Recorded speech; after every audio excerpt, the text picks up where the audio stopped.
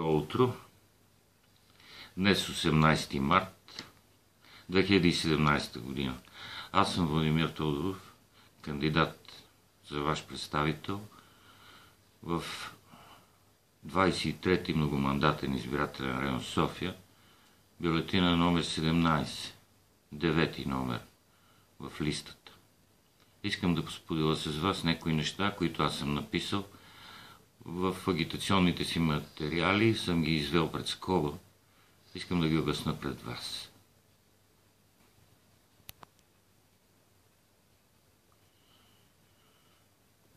Първият от принципите, които съм извел в агитационния материал, е принципа за човешкия потенциал на страната. Човешкият потенциал като национален капитал, като национално богатство. Това би могло да бъде просто куха фраза, ако не го осмислиме от гледна точка на кръвоносната система на една държава. А нейната кръвоносна система е икономиката. В този смисъл мисля, че държавата не може да се дистанцира от обективните икономически процеси. Тя би трябвало да бъде играч, участник, не само в тези икономически процеси, но тя би трябвало да бъде създател на правилата и арбитър на тези правила.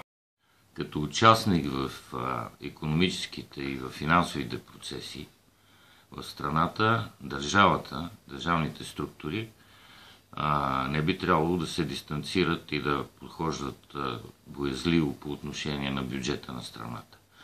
Ако средствата, които са необходими за повишаване на жизнения стандарт, са необходими, както е в настоящия момент, то може би един бюджетен дефицит не би следвало да ни притеснява. Притеснително е поведението на държавните структури на управлението, ако те използват тия средства не особено правилно, като публични средства, за да санират фасадите на демокрацията или фасадите на панелните блокове. Повишаването на жизнения стандарт на хората е необходимо. Първо, държавата сама е признала чрез своите структури, че доходите на хората са много ниски. Това го признава Статистическия институт и не е логично, не е нормално голяма част, огромна част от хората да живеят под линията на бедност. В този случай е необходимо да се дадат средства за доходи, доходите да увеличат потреблението, потреблението да увеличи оборотите и в този смисъл бюджетният дефицит не би трябвало да стряска никой. Освен това, е необходимо държавата да намери, да създаде поне един голям инвестиционен обект, който да бъде гръбнак на икономическото развитие на страната за определен етап от време. Аз лично съм работил при изграждането на новата част на хилядниците на АЕЦ Козлодуй и знам колко участници в този процес имаше, не само международни компании като Бабкок, Сименс и така нататък, а колко български държавни предприятия, сега наречени фирми, монтажни управления и така нататък участваха. Необходимо е да се създаде един такъв гръбнак на българската икономика. Сега за най-актуалните неща, които се случват тези дни. Считам за напълно неправомерно това, което се допуска в българската държава.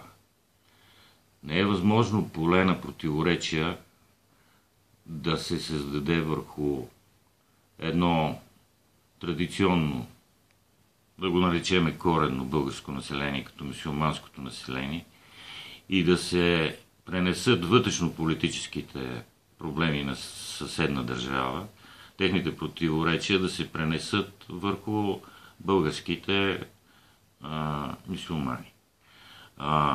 Не може две, кой знае защо регистрирани така политически партии, едната да изразява тенденциите, стремежите за създаване и бъдеще на светска Турция, а именно кемалистката визия за развитието на страната, съседната Турция, и противоречието и с една друга нова неоосманистка идея, съчетана с политически ислям. Това разкъсва тялото на българските мюсюлмани и вместо те да живеят и да бъдат представени в политическия живот на страната, чрез политически партии, които са регистрирани на чисто политически принципи, те участват в противоречията на съседна страна. Мисля, че българската държава лекомислено осигурява коридор и би трябвало да вземе категорично отношение по повод на настъпващите времена, на идващите избори.